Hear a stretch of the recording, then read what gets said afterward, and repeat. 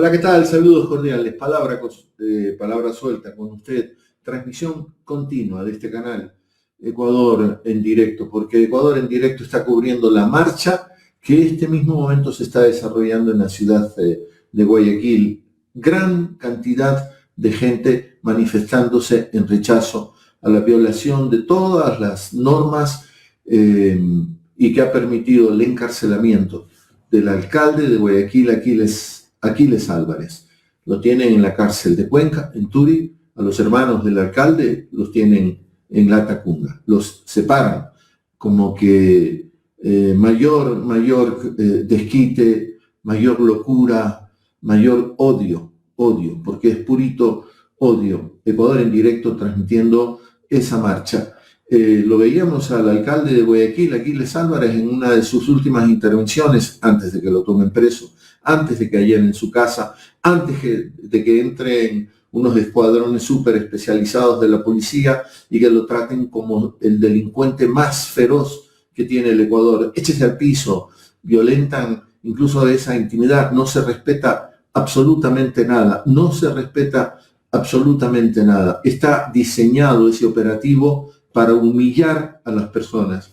Y eso hicieron con el alcalde de Guayaquil, Aquiles Álvarez, un alcalde elegido democráticamente y que según las encuestas, creciendo su imagen en la propia ciudad de Guayaquil. Y claro, en esa intervención del 27 de enero en su despacho, en el despacho del alcalde de Guayaquil, encara al presidente de la República y le habla de los problemas de la inseguridad, habla de que va a venir a Quito, habla también de que va a empezar una serie de reuniones con embajadas de algunos países para que el mundo entero sepa lo que está pasando en el Ecuador. A través de los embajadores que sean correa de transmisión y países de Europa y de América se enteren de lo que está pasando acá en el Ecuador con este tema de inestabilidad, con este tema de inseguridad y sin embargo nos quieren hacer el discurso de que todo está muy bien en el Ecuador. Ha bajado la delincuencia, ha bajado la migración riesgosa, la Asamblea se dedica a proponer cambios en el orden del día para felicitar al gobierno con un discurso que no se sostiene en los hechos. Hubo esta mañana también una marcha acá en Quito que también fue muy concurrida.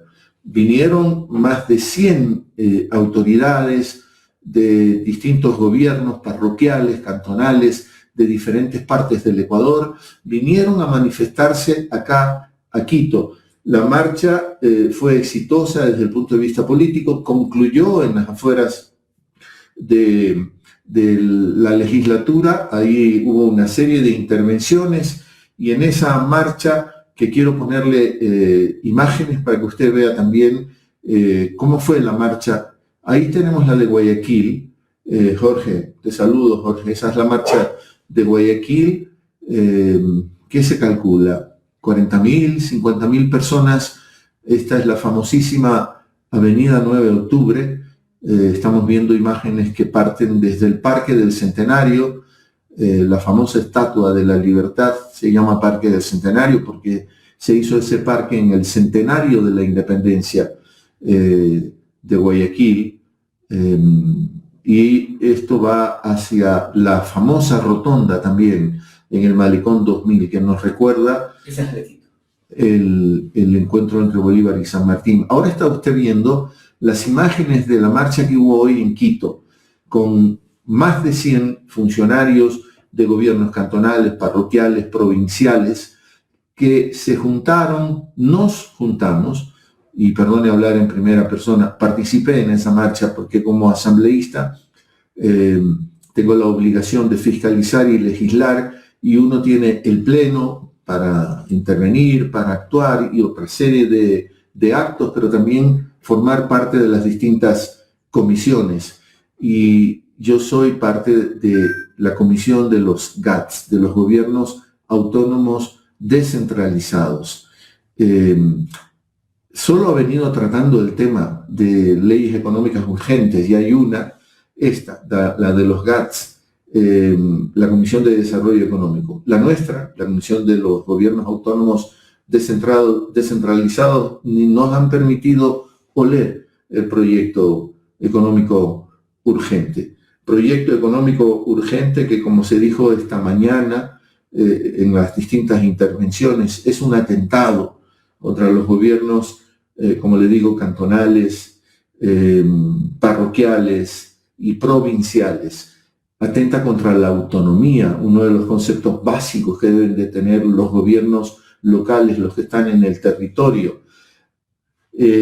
Atenta contra la asignación de recursos. El gobierno, nosotros lo hemos venido diciendo ya desde hace por lo menos 2-3 meses, si no es un poco más, de la deuda que el gobierno central tiene con los gobiernos autónomos descentralizados. Hoy está un poco más de $1.000 millones esa deuda. Y a partir del próximo año, de este año, o del 27 de este año, se reducen esas asignaciones. Son 3 grandes columnas, la de los cantonales, las parroquiales y los provinciales. Sumo las 3 columnas y su reducción, más o menos la reducción es de $1.000 millones, que es lo que el gobierno central le debe a los gobiernos autónomos descentralizados. Es decir, les van a pagar esa deuda sacando la plata, metiéndole la mano al bolsillo de los gobiernos autónomos descentralizados. Es una barbaridad. Les exigen a esos gobiernos, esa ley le exige una relación 70-30, 70% inversión, 30% gasto corriente. Esto se ha venido cumpliendo.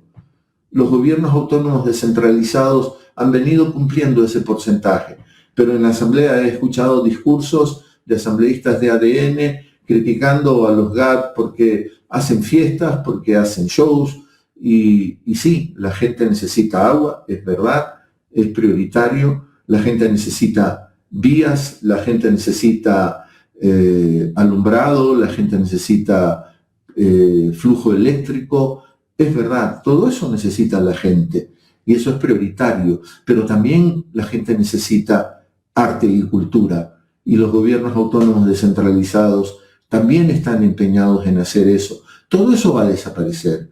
Hay programas sociales hermosos, hoy lo detallaba la prefecta de Pichincha, Paola Pavón, programas de las Guarnis, programas de los ancianos, programas de las personas con problemas, asistencia en salud. Muchos de esos programas se van a ver afectados si se acepta que esta ley de los GATS, ley económica urgente, y que ya se aprobó el informe en la Comisión de Desarrollo Económico.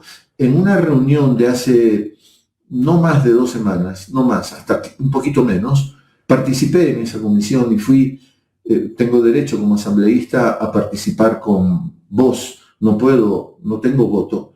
Hay que poner una carta y le autorizan uno a participar.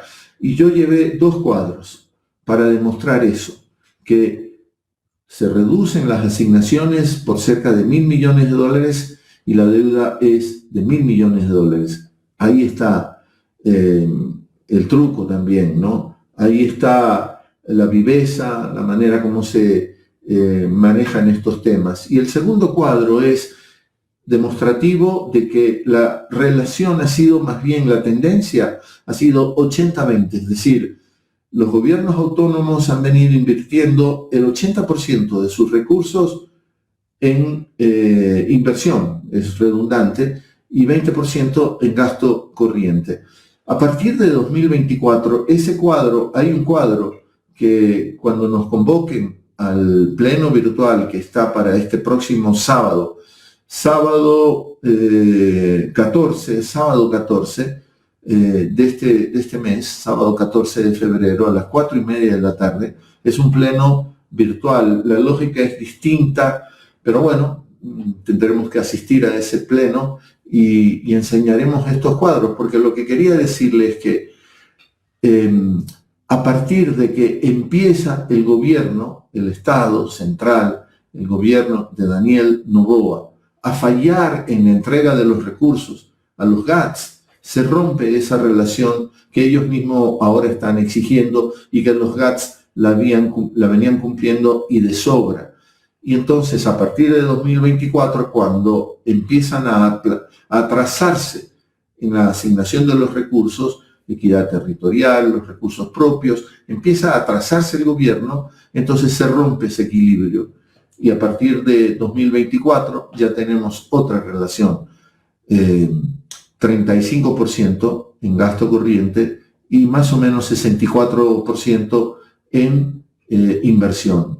Se pierde esa lógica, 70-30, por responsabilidad del gobierno central, porque empieza a trazarse en las asignaciones. Y entonces, ahora, si no cumples esa relación, te van a castigar, te van a asignar menos recursos en el siguiente año, porque si es demasiado lo que tienes en gasto corriente, entonces te van a decir, no, le vamos a bajar las asignaciones. ¿Y qué es gasto corriente?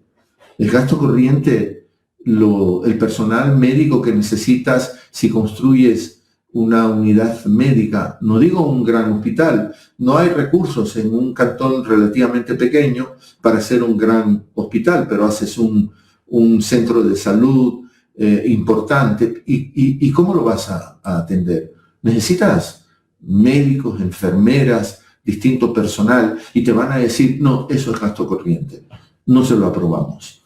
Es ahí en donde están las trampas. Hemos venido discutiendo durante muchísimos años en el Ecuador con este juego, ¿no? ¿Qué es el gasto corriente? Maestros, personal de salud, ¿es gasto corriente? No es gasto corriente, eso es inversión, porque toda sociedad necesita educación y necesita asistencia en salud. Y entonces hemos vuelto a esa vieja discusión. Bueno, ahí estaremos. Usted vio las imágenes de lo que pasó esta mañana en Quito y de lo que ahora está pasando en Guayaquil.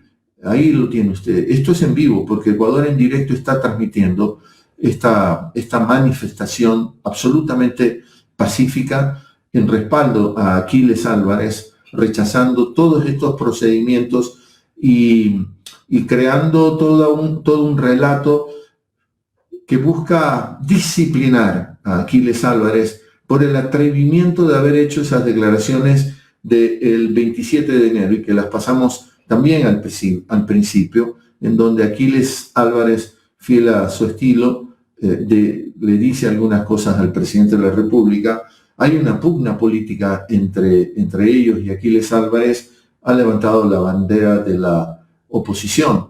Y ahorita mismo, le reitero, en Guayaquil se desarrolla esa marcha que, según cálculos, entre 40.000 y 50.000 personas se han agregado para expresar el respaldo al alcalde de Guayaquil, a Aquiles Álvarez, en la cárcel de Turi, en Cuenca. Él, sus hermanos, porque tomaron preso a los 3 hermanos Álvarez, están en la de Cotopaxi. A ver, parece que estoy dando mal el dato.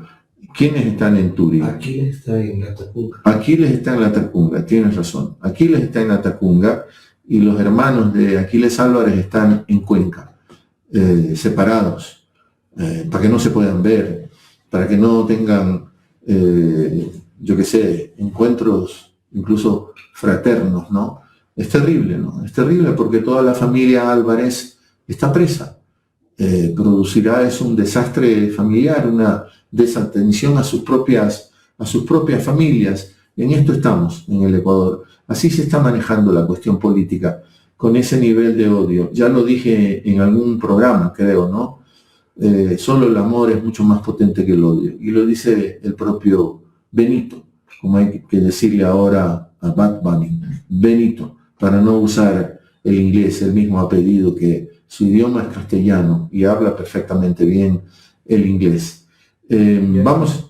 Vamos a irnos inmediatamente a la ciudad de Guayaquil. Ahí nos está esperando ya nuestro personaje de esta tarde. Es una mujer, es académica, es profesora de comunicación.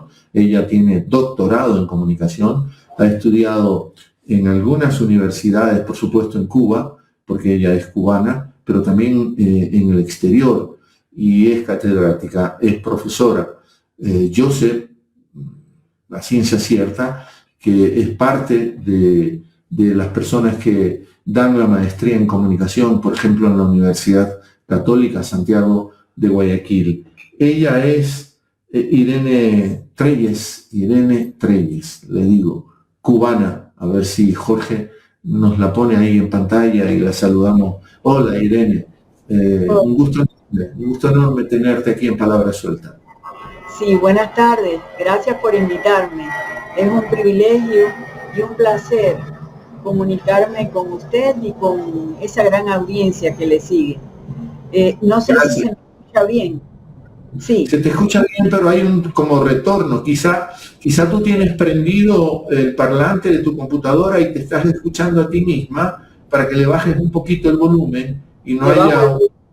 Ya. Ya, a ver, a mí me parece que ya está mejor. Ya. Bueno, empiezo por saludarte y agradecerte por aceptar la invitación. La comunicación es clave en los seres humanos, ¿no? Y no nos comunicamos solo con las palabras, sino que también tenemos toda una gestualidad que acompaña a esas palabras. Y ahora yo sostengo, Irene, no sé qué opines tú, el problema del periodismo es un problema planetario. No solo pasa en Ecuador. No sé si viste esa disposición en el Ministerio de Defensa de categorizar en 3 niveles a los periodistas. Los que son buenos para nosotros entran a las ruedas de prensa. Los que son medianamente buenos, que nos han hecho críticas, aunque no sean tan duras, a esos les vamos a chequear y vamos a vigilar si pueden entrar o no pueden entrar. Y los que nos han hecho mucha crítica no entran. Ese es el concepto de libertad de expresión y comunicación que hoy estamos manejando en el Ecuador. ¿A ti qué te parece? Me gustaría muchísimo saber qué piensa el gremio en torno a esto, ¿no es verdad? Porque conspira un poco contra la posibilidad de contrastar fuentes, contrastar criterios y llegar a conclusiones por uno mismo, ¿no?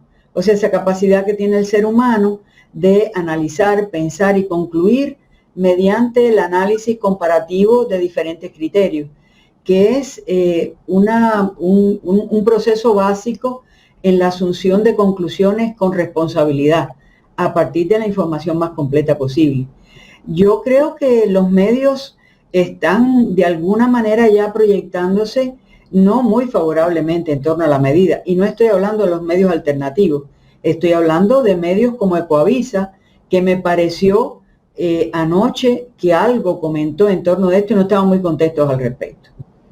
Bueno, si fuese otro momento histórico, si este fuese un gobierno, permíteme decirlo, ¿no? Yo lo quiero decir y me hago cargo de lo que digo.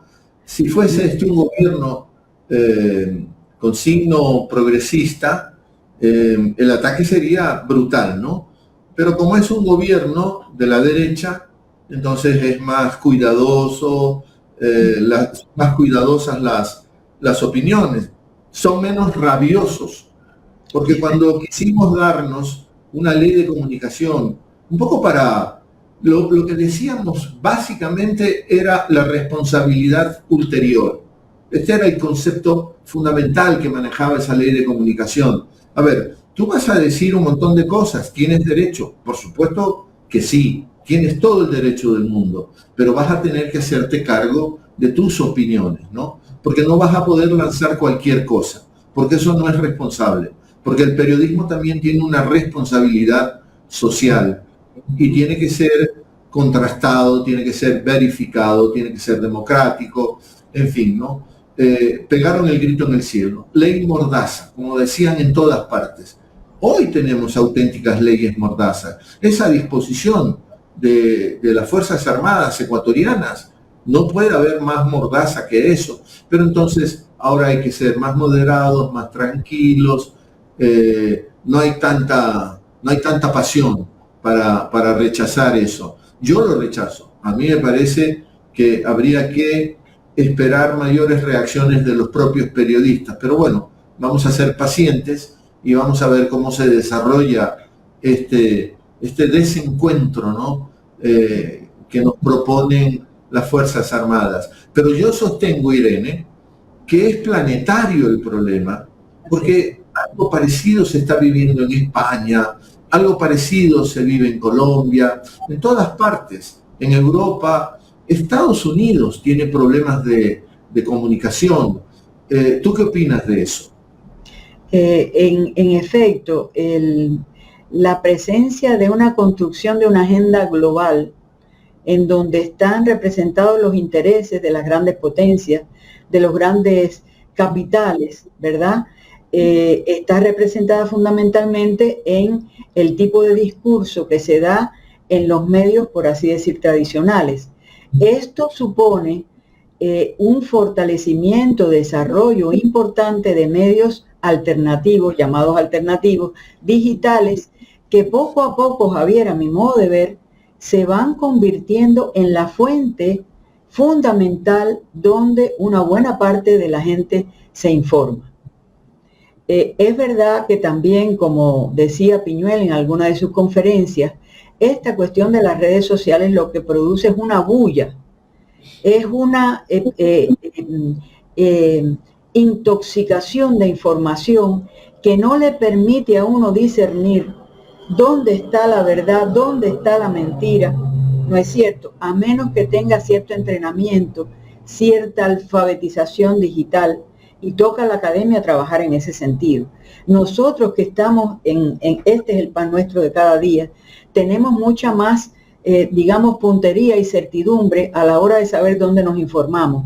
Pero la gente en general quizás no esté tan adiestrada. No obstante, yo tengo mucha confianza en la inteligencia de la gente. La gente no es bruta, no es ingenua tampoco, y se percatan de cuando le están manejando una narrativa que no tiene nada que ver con su realidad. Y busca entonces un medio que sí hable de lo que él vive, de lo que él sufre. Entonces es la realidad la que se impone, Javier. Como decía Lenin, la realidad es tosuda. Con eso no hay quien pueda, sencillamente. Y decía Joan Manuel Serrat, que cita a muchos poetas españoles, sobre todo a Machado y a Hernández. Él decía, no es triste la verdad, es solo la verdad, sino que a veces no la queremos escuchar a esa verdad. Pero yo veo también, Irene, que todavía hay un sector importante de la población, y mira, sectores populares, que tienen dificultades para parar la olla, como decimos en el Ecuador, que llegan con las justas a fin de mes, que viven con 2, 3 o 4 dólares diarios, tienen un televisor en casa y desayunan, almuerzan, si es que pueden desayunar y almorzar, y cenan, ya estoy hiperbólico, viendo los canales tradicionales, escuchando esos canales que tienen una razón deontológica bien sencilla: la ganancia económica. No se conflictúan mucho en la guía editorial, en el compromiso que tienen con sus audiencias. Buscan ser un negocio. Bueno, puede ser, yo no condeno eso, ¿no? Pero hay una población, hay un sector importante de la población ecuatoriana que, como te digo, sigue fielmente esas fuentes. Y ahí creo que hay un problema también. Efectivamente, eso he podido observar en la relación cotidiana con todo tipo de personas, y se dejan todavía, o sea, repiten un poco el discurso que les llega de manera crítica.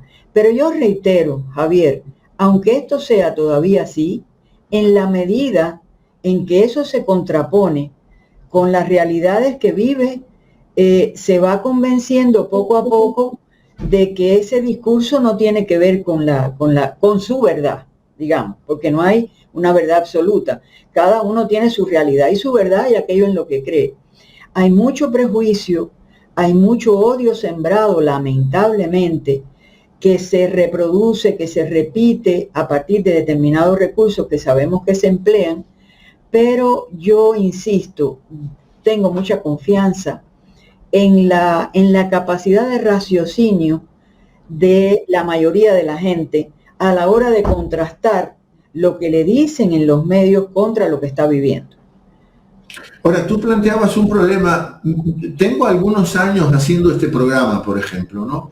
Y se supone que alguna experiencia tengo en comunicación. Se supone, no lo puedo afirmar. Peor yo, no puedo hablar de mí yo mismo, ¿no? Y sin embargo, cuando veo cosas en las redes, que no navego tanto, mi manera de defenderme de las redes es no visitarlas con tanta intensidad, ¿no? Tengo que llamar a periodistas amigos, bien formados. Tú has sido parte del grupo que ha formado a periodistas que yo conozco, y le tengo que preguntar, hermano, ayúdame. ¿Tú ves que esta noticia es verdadera o es falsa? No demora ni un minuto, por ejemplo, estos amigos periodistas para decirme, no, eso es fake, eso es falso, no le hagas caso. Tiene toda la pinta de fake news.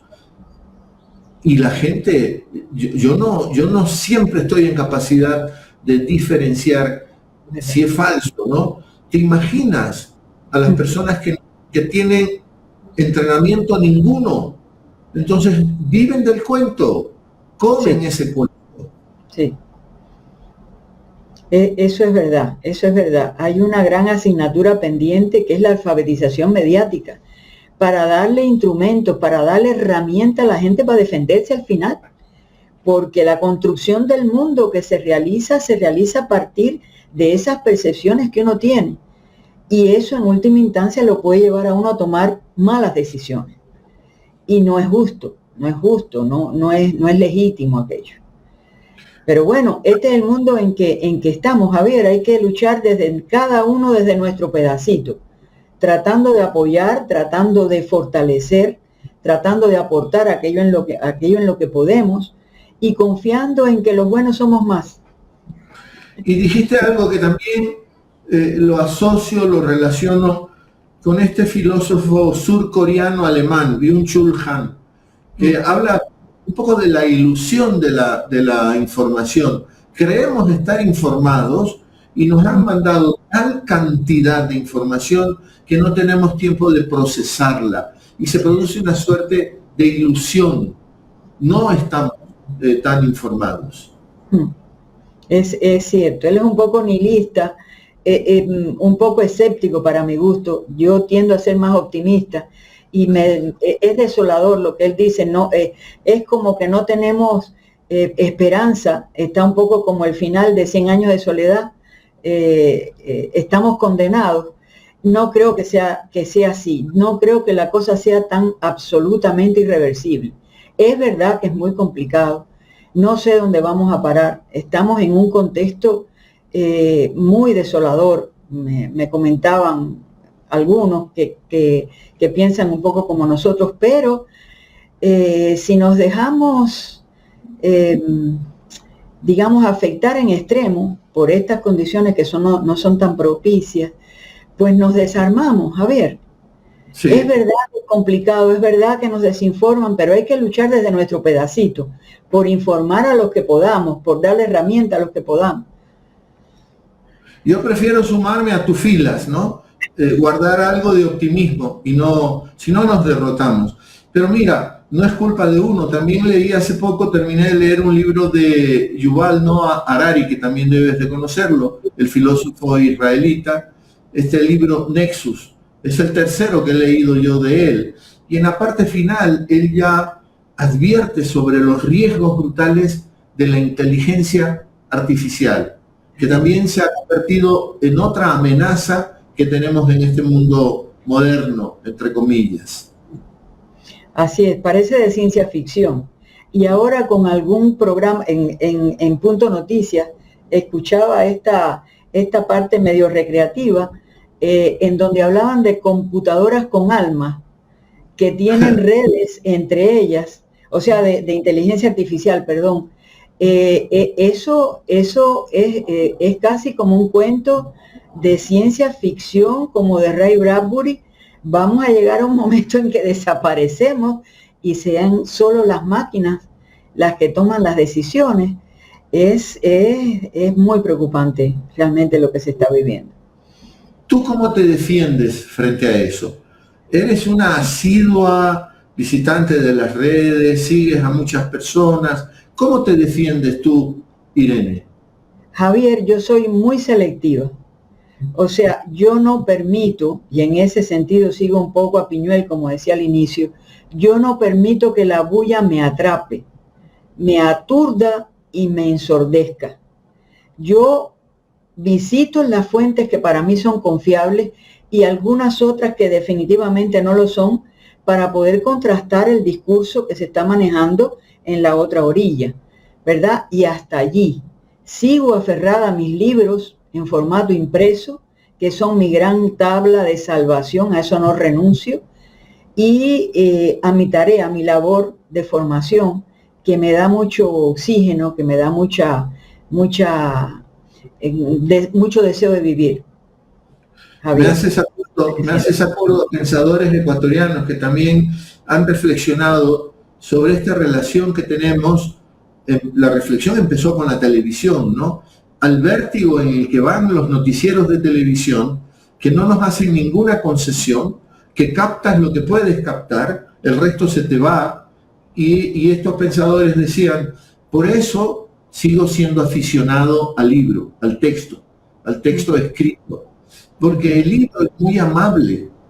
El libro va al ritmo al que yo voy, ¿no? No es un ritmo que el libro me impone, porque puedo volver atrás, no entendí bien este párrafo, lo puedo volver a leer, y si lo necesito una tercera vez, lo vuelvo a leer, y no voy a prisa, como ha sido, empezamos con la televisión, un emisor que iba al ritmo de ellos, sin contemplar el ritmo de las audiencias. En efecto, así es. Y no hay que renunciar de ninguna manera. Hay por ahí tendencias que dicen que el libro desaparece, que el libro pierde vigencia. Para nada. El libro es insustituible y así lo seguirá siendo.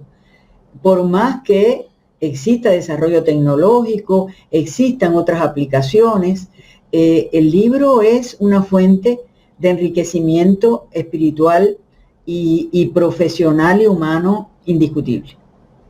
Es una maravilla oírte eso, porque hace muchos años Humberto Eco también dijo, a ver, cómprese un computador. Ya, usted está dando un paso hipermoderno, ¿no? Pero va a tener que leerse el manual de su computador, ¿no? Y entonces ahí se está encontrando con un texto, ¿no? Es verdad, es así, no va a desaparecer, el libro no puede desaparecer. Y tenemos que trabajar en ese sentido con los pequeños, que van desarrollando afición y adicción al celular desde muy temprana edad, sin plena conciencia muchas veces de los padres o de los adultos, que con tal de que el niño esté tranquilo, esté entretenido, ahí le empiezan a envenenar esa adicción que puede ser tan complicada, tan peligrosa, inclusive para su desarrollo intelectual, neurológico, porque se van limitando las capacidades. Hay teóricos que hablan incluso de incremento del autismo por exceso de uso de celulares por parte de los pequeños. En eso también toca trabajar a los comunicadores, en la educomunicación, eso forma parte de la alfabetización mediática también, digital. También estoy leyendo a una autora nigeriana, Chimamanda es su nombre, y por ejemplo ella advierte como mujer, porque africana, viviendo en Estados Unidos, racismo, violencia, y ella dice, chuta, si no controlamos a qué edad debes de entregarle un celular que se pueda meter en redes, navegar en internet, tampoco estamos controlando el problema de la pornografía, por ejemplo, ¿no? Exacto. Y el problema de la pornografía es grave porque la gente, un niño, llega adolescente y puede creer que así es la cosa. así se tiene que tratar a una mujer, ¿no? Entonces es grave. Tenemos que ponerle atención a esos temas. Seguramente, incluso las redes que se van formando entre ellos. ¿Cómo sabe ese niño, ese joven, que el que está hablando, el que se está comunicando con él, es una persona de su misma edad y no es un pervertido que lo está utilizando para otros fines deplorables, terribles? Entonces, bueno, ahí también está la educación y el monitoreo que tenemos que tener con nuestros hijos, porque de otra manera no es posible. Es muy peligroso este tema. Pero bueno, estamos haciendo camino al andar, Javier. Esto va tan rápido que a veces a uno no le da tiempo ni detenerse a pensar y a actuar, porque la velocidad lo sobrepasa, lo trasciende a uno. ¿Hace cuántos años vives en Ecuador, Irene? Yo debería de saber ese dato y no tener que preguntártelo. Tranquilo. Estoy acá desde el año 12, Javier. Ya soy ecuatoriana nacionalizada. Esta es mi segunda patria ya. Qué maravilla. Antes de venir al Ecuador, cuando saliste de Cuba, ¿cuál fue tu primer puerto al que llegaste, saliendo de Cuba? En mi viaje acá, Guayaquil. Ah, ya. O sea que de Cuba a Ecuador. ¿Cómo era el Ecuador de hace 14 años? ¿No? Que fue la primera vez que viniste, ¿no? No, yo estoy viniendo, perdón, Javier, yo estoy viniendo a Ecuador desde los años 90. Porque participaba en programas de posgrado acá en las universidades y con los colegas de la Asociación de Periodistas y tal. O sea, conocí a Guayaquil cuando no había Malecón 2000, cuando estaban aquellas calles en su peor momento, impresionante. Hablándome de la alcaldía de Altalá Bucaram, probablemente. Probablemente, sí, probablemente. Pero sabes. Y bueno, era asustador el asunto. O sea, yo me encerraba en mi habitación a las 6 de la tarde y ni muerta salía de allí, porque por lo general me alojaban en hoteles que estaban por allá por el centro. Entonces era un panorama muy diferente a lo que yo estaba acostumbrada, ¿verdad? Pero uno tiene que diferenciar, ¿verdad? Lo bueno, lo que no es parte de la esencia misma de las personas y de las culturas, de lo que no lo es. Y siempre me sentí muy bien acá. Fui muy bien acogida, con mucho respeto, con mucho cariño. Y lo más importante, Javier, tuve la posibilidad de apoyar en capacitación desde entonces. De manera que cuando tuve la posibilidad de viajar acá, en el año 12, vino un intercambio académico sencillamente, y acá descubrieron que yo podría ser muy útil en la Universidad Católica de Santiago de Guayaquil, y me contrataron. Y bueno, yo contenta con aquello. El país era seguro, las carreteras eran una maravilla, las ciudades preciosas. Viajé un poco por algunos lugares, por algunas ciudades. Hoy ya no me atrevo. Hoy vivo como si fuera en pandemia, metida en la casa, salgo lo menos posible porque me da mucho temor. Ya me asaltaron una vez. Entonces, bueno, la gente la sigo queriendo, sigo trabajando con ellos con respeto, sobre todo con respeto, con admiración, porque yo me siento ya ecuatoriana. Esta es mi segunda patria. Y lo que pasa aquí duele, me duele muchísimo, la verdad. Entonces, bueno, esa es la trayectoria en estos últimos años. Bueno, yo soy guayaquileño, Irene, y como guayaquileño siento que tengo algo de caribeño. Sí, Bosch, el que fue presidente de República Dominicana y que le dieron un golpe de Estado y que era un intelectual y de izquierda, él decía que el Caribe terminaba en Guayaquil. Y cuando yo esa conferencia salí con el pecho henchido, ¿no? También soy caribeño, qué maravilla tener influencia de esa maravillosa cultura. Y has dicho algo bien importante.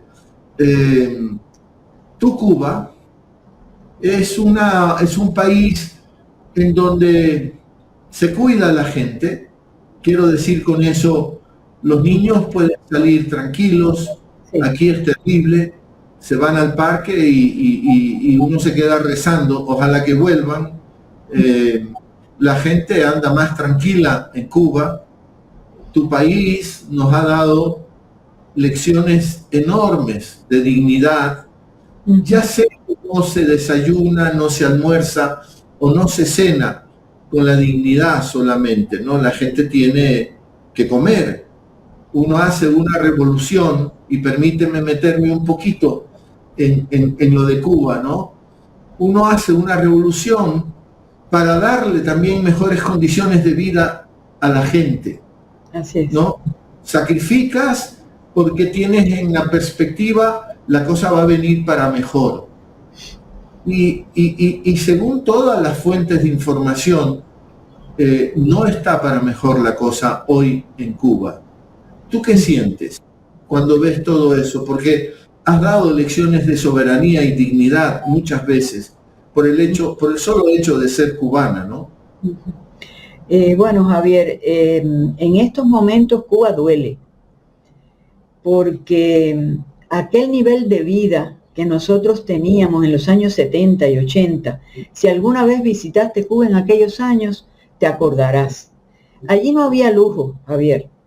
Había dignidad en la vida, había comodidades, había, bueno, la vida no era un sufrimiento permanente. Había escasez de algunas cosas, no había ropas de marca, no había estas cuestiones propias del mercado capitalista del primer mundo, pero vivíamos muy bien, la verdad. Teníamos indicadores espectaculares, llegamos a tener, Javier, una mortalidad infantil de 5 niños muertos por cada 1000 nacidos vivos. Estamos hablando de indicadores del primer mundo. Hay países del primer mundo que no llegaban a tener aquello. Llegamos a tener un graduado universitario por cada 10 personas, 7 graduados de enseñanza media por cada 10 personas. O sea, el nivel cultural es muy alto en mi país.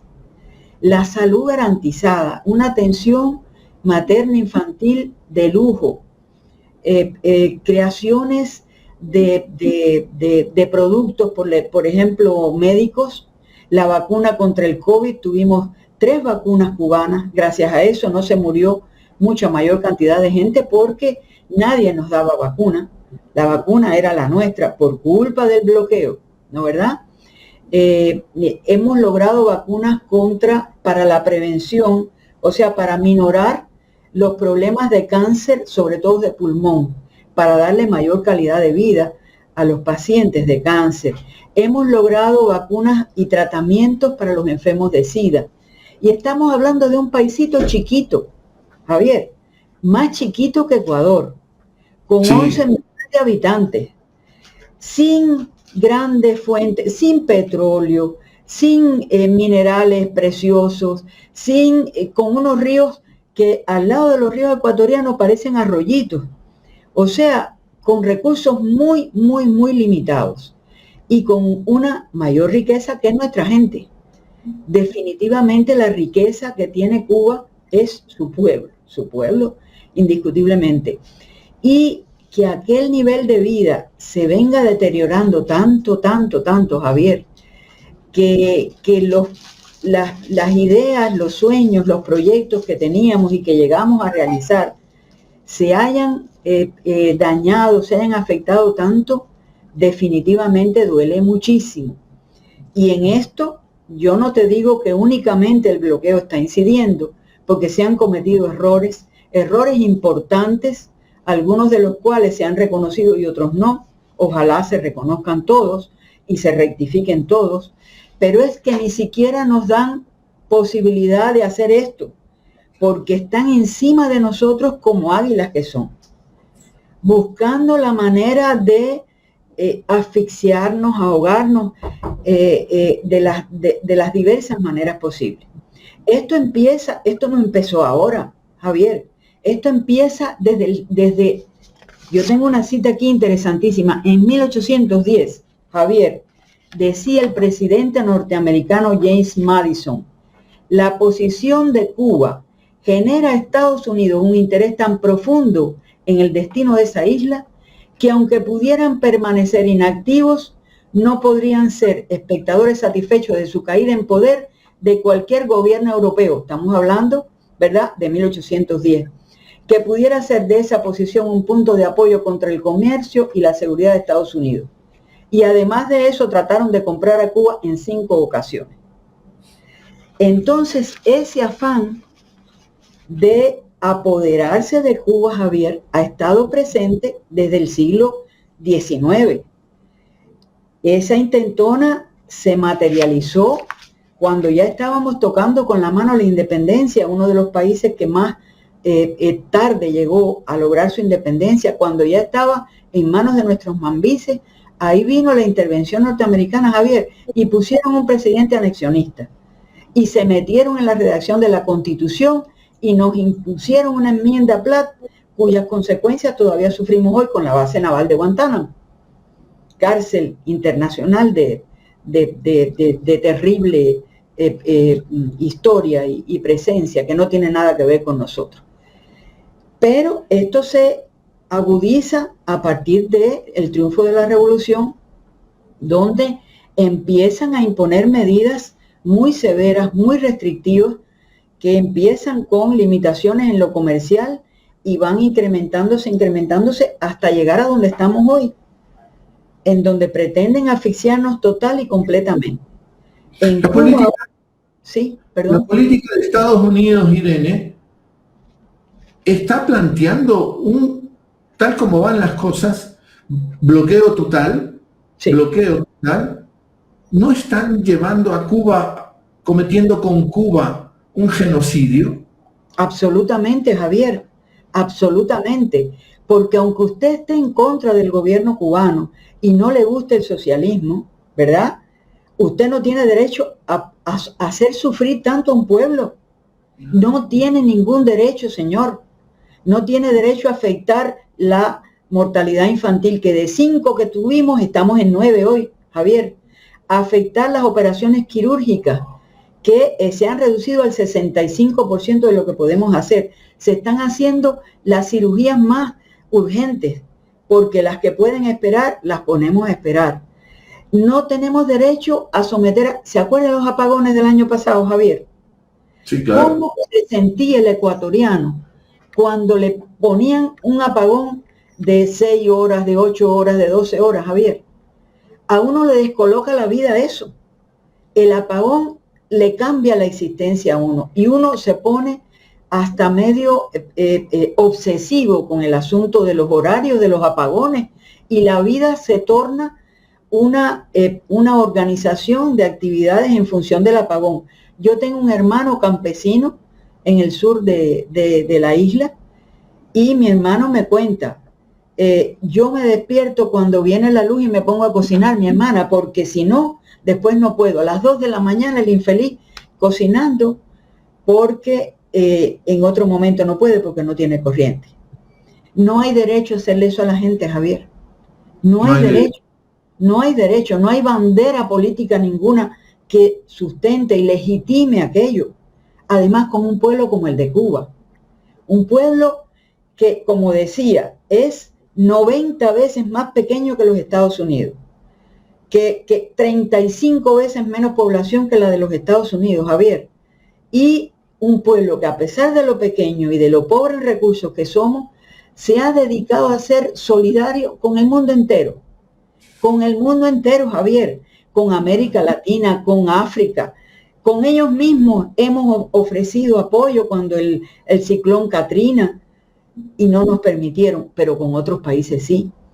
Aquí hemos venido y hemos ofrecido un apoyo solidario durante los meses en que nos permitieron hacerlo, porque Lenín Moreno ya suspendió las misiones de miles de personas en la Operación Milagro, con operaciones oftalmológicas, en partos realizados, en atención médica a las zonas más alejadas donde los médicos por lo general no son muy propensos a ir.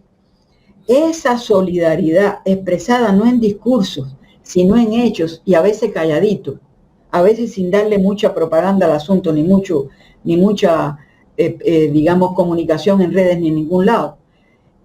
es una historia que nutre 60 años de aportes de Cuba al beneficio de los hermanos latinoamericanos y europeos incluso. Hasta Italia fuimos cuando el COVID. Javier, brigadas médicas cubanas, las brigadas Henry Riff.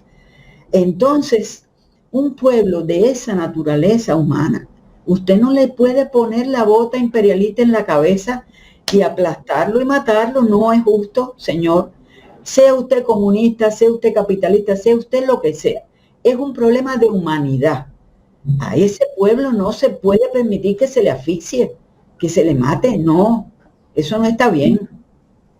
Pero hoy el mundo está desbaratado en muchas partes, Irene, ¿no? Entonces, incluso Naciones Unidas tiene graves problemas por las amenazas del propio imperio, ¿no? Estoy hablando de Estados Unidos y con ese presidente que hoy tiene Estados Unidos, ¿no? Porque de todas maneras Naciones Unidas era un espacio donde tú podías denunciar el bloqueo. Palestina podía denunciar la política de Israel, el genocidio contra el pueblo palestino también. Pero si se te acaban las Unidas y quieres crear un organismo internacional a tu manera, ni esos espacios van a existir. Entonces, ¿qué va a hacer, Irene? ¿Qué va a hacer de Cuba? Bueno, somos un pueblo resiliente, somos un pueblo con una capacidad para generar soluciones en medio de las más difíciles circunstancias, como pocos pueblos yo he visto, Javier.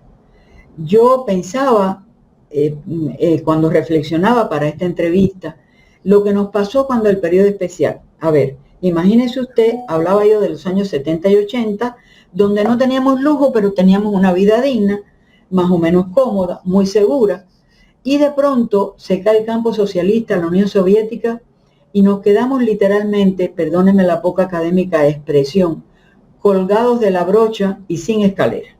Nos quedamos en el aire.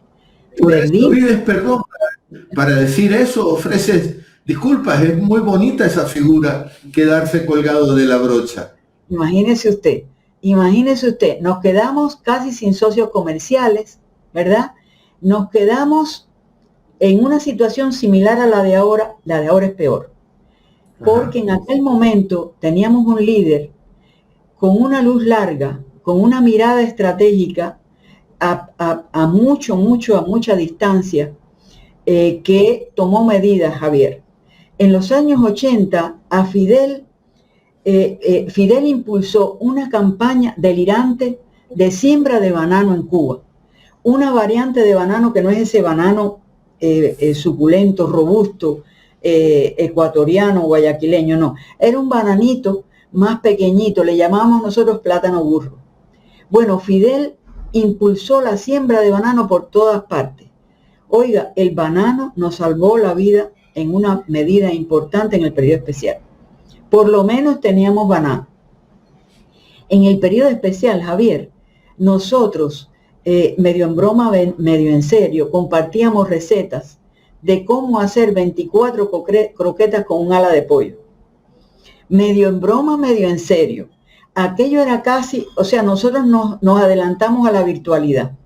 La comida era casi virtual, era casi ilusionada, era casi imaginada, y la pasamos muy duro, muy duro. Yo, para llegar a la universidad, que estaba a 15 kilómetros de donde yo vivía entonces, tenía que tomar una suerte de decisión de Sofía. O me voy en ómnibus y espero 4 horas, o me voy a pie y en un mes me quedo sin zapatos. O sea, cosas tan pedestres y tan concretas como esta. Incorporamos las bicicletas, muchísimos se trasladaban ya en bicicletas, y empezamos a ponernos en forma sin ir a ningún gimnasio ni ningún programa fitness. Bajamos libras que usted no se puede imaginar. Yo bajé 60 libras, a ver. Me quedé en 105 libras. Pero lúcida, produciendo y ajustándome y buscando recursos para poder sobrevivir y mantenernos activos en lo que hacemos. En estos momentos hoy se producen situaciones similares. Hablaba yo hace un par de días con un profesor que admiro y quiero mucho de la Universidad de Ciencias Médicas de La Habana, y él me contaba el periplo, cual Ulises, que sufrió para trasladarse de aquella universidad que está en el oeste de La Habana, en la zona de Siboney, a su vivienda que está en Santo Suárez. Agarró como 2 medios de transporte hasta llegar a La Habana Libre, y de La Habana Libre a su casa, que vienen a ser como unos 15 kilómetros también, se fue a pie, Javier. A pie se fue el infeliz para su casa. Y allí estaba en la noche trabajando en medio de la luz que le llegó en la revisión de tesis doctorales de estudiantes de acá de la Católica que están haciendo su formación doctoral en aquella universidad. Ese es el temple de gente que tenemos allí. No obstante, no soy yo ajena a que hay límites para todo en esta vida y estamos muy cansados, estamos muy, digamos, el futuro es tan incierto que eso permite entrar a análisis que son un tanto desoladores a veces. Luego de tantos y tantos años, Señor, esto es lo que tengo que enfrentar otra vez. Eso es tremendo, es tremendamente duro, Javier. Irene, según tu reflexión como cubana, como ecuatoriana, como latinoamericana, resiliente, todo, digna, soberana, ¿qué es lo que más le irrita al imperio que se ensaña de esa manera contra Cuba? Eso es yo no podría decir con certeza. Supuestamente la posición geopolítica, o sea, la posición, a Cuba le llamaban en el siglo XVIII la llave del Golfo, Golfo que ya no es de México según Trump, le cambió el nombre, ¿verdad? La cercanía con ellos y un problema de, digamos, de cultura, quizás, de creencias que perduran desde el siglo XIX, como ya le dije, de creerse que ese es su patio trasero. Si ellos creen que América Latina es el patio trasero, Cuba es la entrada al patio trasero. ¿Y a quién se le ocurre que un país tan pequeño y tan humilde se le va a enfrentar a aquel país descomunal con toda la cantidad de recursos del mundo? No pueden aceptarlo, Javier. La derrota que sufrieron en Playa Girón todavía la tienen clavada en el corazón, Javier. Es una cosa, yo me pongo a pensar, Dios mío, pero ¿cuál es el foco delirante que tienen con Cuba? En Vietnam perdieron muchísimos americanos la vida y con Vietnam tienen hoy las mejores relaciones. Explíqueme eso. Y con Cuba no. A Cuba no se le perdona. Quizás por la soberbia, quizás porque es inconcebible para ellos que se le oponga a alguien tan minúsculo, tan insignificante, no lo comprenden, no lo comprenden. ¿Y qué esperas de Europa? ¿Qué esperas de China? ¿Qué esperas de Rusia? ¿Habrá en algún lugar alguien que haga otras lecturas y que no permita este genocidio? Bueno, ya han hecho declaraciones. El gobierno ruso y el gobierno chino han declarado que están con nosotros, que nos van a apoyar, que nos van a defender. Ojalá así sea, Javier, pero el tiempo pasa y nos vamos poniendo viejos, como dice Pablo Milanés, y la ayuda es urgente. Hace falta ya. Hace falta ya. Algo por ahí nos está llegando con amigos que a veces ni lo publican. Claudia Sheinbaum es una amiga de Cuba. Una mujer valiente, una mujer inteligente, una mujer capaz, una mujer que ha sentado a Trump con toda su insolencia y su soberbia, ha logrado ponerlo en su lugar y es muy de agradecer. México ha estado con nosotros siempre, Javier. Desde los años 60, cuando rompieron relaciones con nosotros todos, menos México. Desde entonces ha estado México siempre al lado nuestro y es muy de agradecer y muy de admirar. Pero confiemos en que verdaderamente nos apoyen. Y no se trata de que nos regalen nada, se trata de que nos permitan vivir. de que nos den una oportunidad de desarrollar fuentes de energía por nosotros mismos. Así es, así es. Y se ha mantenido, y como decía, es admirable y es muy de agradecer. Pero a lo mejor, quién sabe si otros países empiezan a condenar el asunto también. Javier, leí que Canadá ha condenado el bloqueo petrolero a Cuba. Y con Canadá hemos tenido siempre muy buenas relaciones, independientemente de los gobiernos, con el pueblo canadiense particularmente, que es un pueblo que se siente muy bien en Cuba por el clima, por su gente, ¿verdad? Y bueno, pues confío mucho en eso, en el propio movimiento de las fuerzas de izquierda en Estados Unidos, en el propio Estados Unidos, Javier, porque a mi modo de ver, en una medida importante, este problema podría solucionarse desde allá, poniéndole coto a quien hay que ponerle coto. Hay un movimiento ahora de intelectuales, no sé si lo conoce, Let Cuba Live. Sí, sí lo conozco, pero como Marco Rubio, que es un odiador muy malo, ¿no? Muy mal. Todavía hay gente así, me da esperanzas el nuevo alcalde de Nueva York. Y sabes que ahí está vinculada a él una ecuatoriana muy cercana al alcalde. ¿Cómo que se llama? Bandami. Y la ecuatoriana se llama Diana Moreno.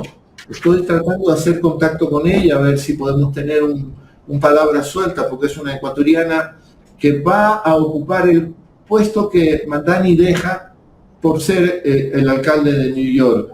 O sea, hay señales y ojalá que se vayan concretando. Y para ir cerrando, mira, si tuviésemos un Eloy Alfaro en Ecuador, que tuvo, parece que sí tuvieron, por lo menos relación epistolar con Martí, ¿no? Otro sería el cantar, ¿no? Otro sería el cantar. Y yo te decía que como guayaquileño me siento algo caribeño. Yo sostengo, yo no lo sostengo, yo no soy experto en eso. Hay 3 potencias musicales en América. América, ¿no? América, no el concepto de América que el imperio tiene, ¿no? Yo soy americano también, tú eres americana, claro. También, ¿no? Y entonces tenemos esperanzas de verdad que en la región surjan cada vez con más fuerza reacciones para parar el genocidio contra Cuba, ¿no? Lo que quería decir es que como americano me da mucho orgullo. Hay 3 potencias musicales en América. Estados Unidos es una potencia musical, con el jazz, blues.